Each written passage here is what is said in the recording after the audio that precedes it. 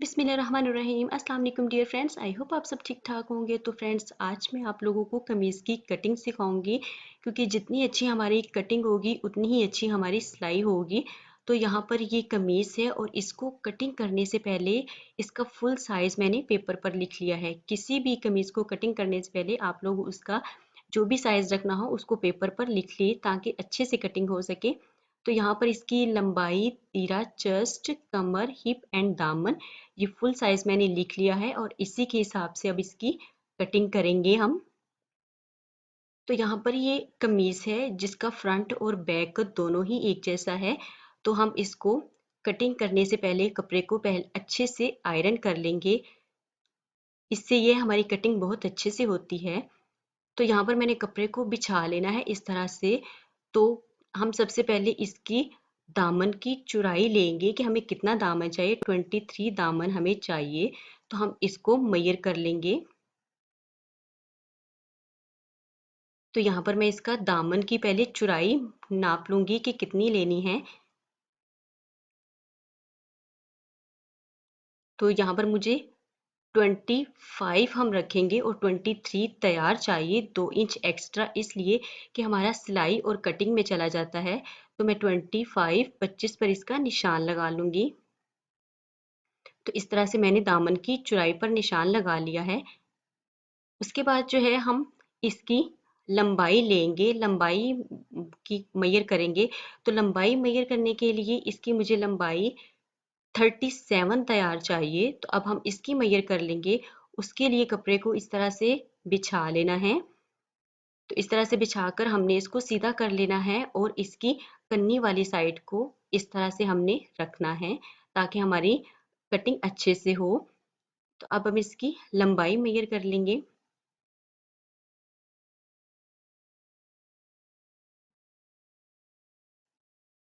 तो इस तरह से मैं इसकी लंबाई ले रही हूँ।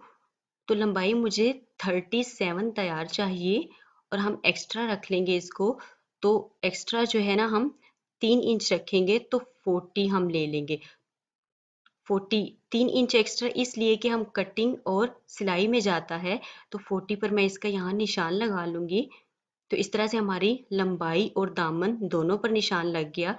अब इसको फोल्ड करके जहाँ पर निशान लगाया है कपड़े को, तो हम इसका फ्रंट और बैक एक साथ ही कटिंग कर लेंगे। तो इस तरह से मैंने जहाँ पर निशान था वहां पर रखकर इस कपड़े को फोल्ड कर लिया है।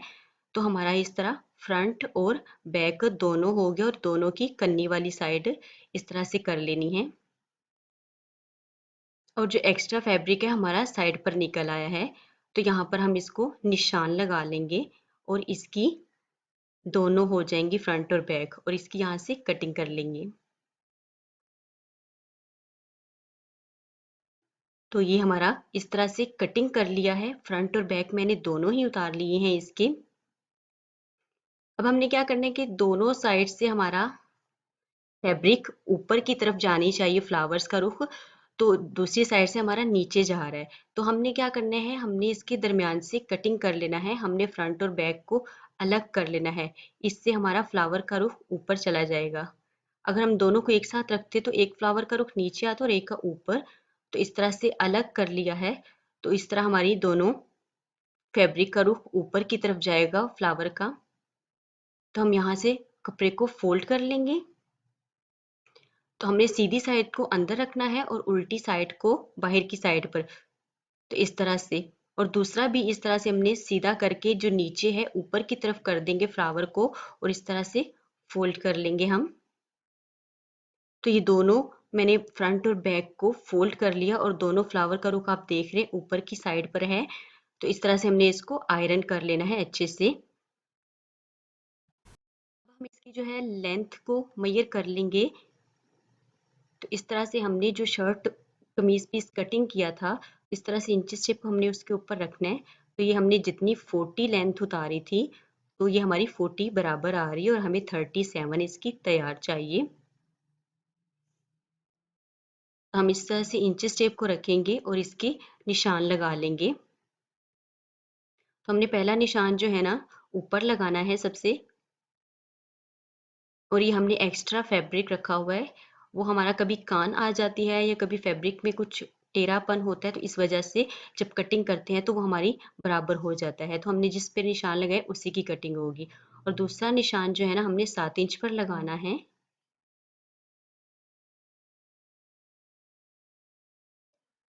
उसके बाद हमने इसका 13 इंच पर लाइन लगानी है, निशान लगाना है।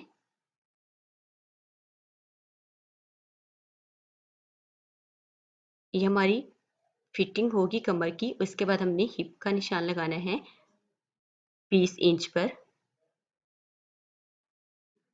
उसके बाद हमने इसका 37 तैयार चाहिए, तो 37 पर हमने इसका निशान लगा देना है इस तरह से। तो ये मैंने इस तरह निशान लगा लिए और अब हम स्केल के साथ सीधी लाइंस को लगा देंगे। तो ये सारी लाइंस को हम इस तरह निशान लगा लेंगे।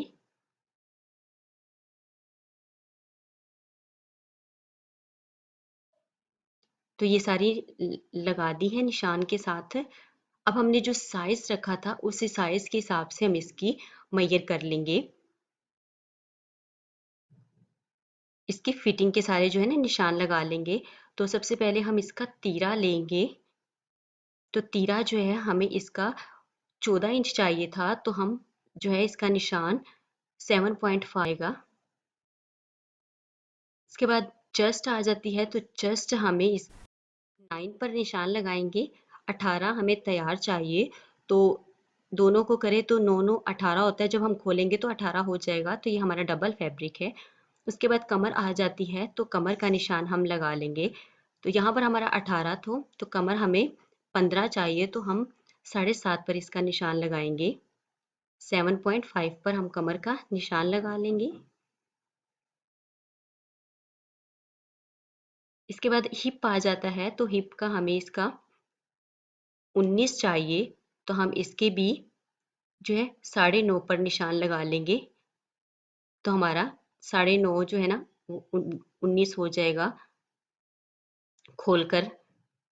इसके बाद हमारा दामन है, तो दामन हमें 23 तैयार चाहिए, तो हम इसका यहाँ पर 11.5 पर निशान लगा लेंगे। तो हमारा जो है खोलकर 23 पे हो जाएगा, क्योंकि डबल है यहाँ पर। तो इस तरह से मैंने सारे फिटिंग के निशान मार्क करने के बाद 4 इंच का निशान लगा लेना है। यहाँ से हमें थोड़ी सी अरेब में रखना होता है, क्योंकि जब हम शोल्डर की सिलाई लगाते हैं तो हमारा फिर सिलाई बहुत अच्छे से लगती है। अब हमने जो यहाँ पर निशान लगाया इस शोल्डर का, इसको इस तरह से लाइन लगा देंगे। और अब हम इसकी फिटिंग के निशान लगा लेंगे। जो हमने इसकी फिटिंग रखी थी उन निशान को आपस में मिला देंगे। तो इस तरह से ये फिटिंग आ जाएगी जितनी मुझे रखी थी। तो ये सारा फिटिंग का निशान है।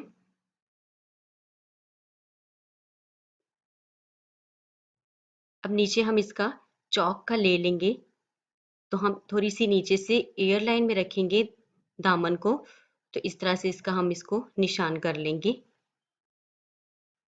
तो इस तरह से सारी फिटिंग के निशान लगा दिए हैं। तो अब शोल्डर की 1.5 इंच के यहाँ पर निशान लगाकर हम इसकी शोल्डर की शेप देंगे इस तरह से। तो हमने इसको इस तरह से गोलाई की शेप में लेकर आना है। तो ये मैंने सारे निशान फिटिंग के लगा लिए। अब हम इसकी कटिंग कर लेंगे। ऊपर से हमने सीधा और यहाँ पर जो हमने अरेब में दिया था इस तरह से लेकर आना है। तो अब ये सारी यहाँ से शोल्डर की और सारी कटिंग कर लेंगे। तो हमने यहाँ पर 2 इंच या 1.5 इंच का एक्स्ट्रा फैब्रिक रख लिया है, और चॉक्स के लिए भी इतना ही जो हमारे जाएंगे। तो अभी हम इसकी इस तरह से कटिंग कर ली है। तो ये मेरी सारी शर्ट कटिंग हो चुकी है। और कटिंग करने के बाद अब हमने जो फ्रंट वाला जो है ना उसकी हमने गहराई में रखना है, क्योंकि जब हम स्लीव्स लगाते हैं ना तो हमारे इजीली जो है ना सिलाई होता है। तो हमने फ्रंट वाला गहराई में रखना है, थोड़ी सी उसकी ज़्यादा शोल्डर की करनी है। तो ये इस तरह से मैंने अपने हिसाब से इसकी कटिंग कर ली है। तो अब जिस स्लीव्स की कटिंग कर लेते हैं। तो स्लीव्स के जो है ना मैंने पहले ही फैब्रिक को इस तरह से सेट करके रख लिया है। इन दोनों फ्लावर्स का रुख ऊपर की साइड पर करके फोल्ड कर लिया है, सीधी साइड अंदर और बाहर जो है ना उल्टी साइड। और हमारा दरमियान में इसका ज्वाइंट आएगा। तो मुझे स्लीव्स का साइज 20 चाहिए था, तो उसके हिसाब से रख के अब मुझे इसकी है यहाँ पर शोल्डर का निशान लगा लेंगे। तो 8 इंच पर मैं इसका निशान लगाऊंगी और नीचे से जो है जॉइंट को छोड़ने के बाद निशान लगाना है, 5 इंच का निशान लगा लेंगे। क्योंकि मेरे स्लीव्स में जोर आ रहा है तो इसलिए इस तरह से है। तो अब हम यहाँ पर इस तरह से निशान मार्क कर लेंगे। तो ये हमारे स्लीव्स की बेसिक होगी। अब हमने जो इसकी गोलाई में लेकर आनी, शेप अरेब में लानी है, तो यहाँ पे 3 इंच का निशान लगाएंगे ऊपर से। तो अब हम इसको इस तरह से इसकी शेप बना लेंगे बाजू की।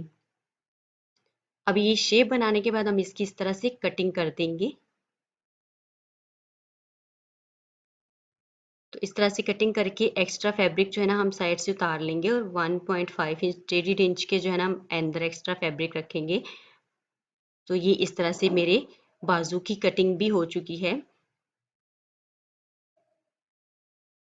तो ये अब हम स्लीव्स है और ये शर्ट है, ये दोनों कमीज और बाजू दोनों कटिंग हो चुके हैं।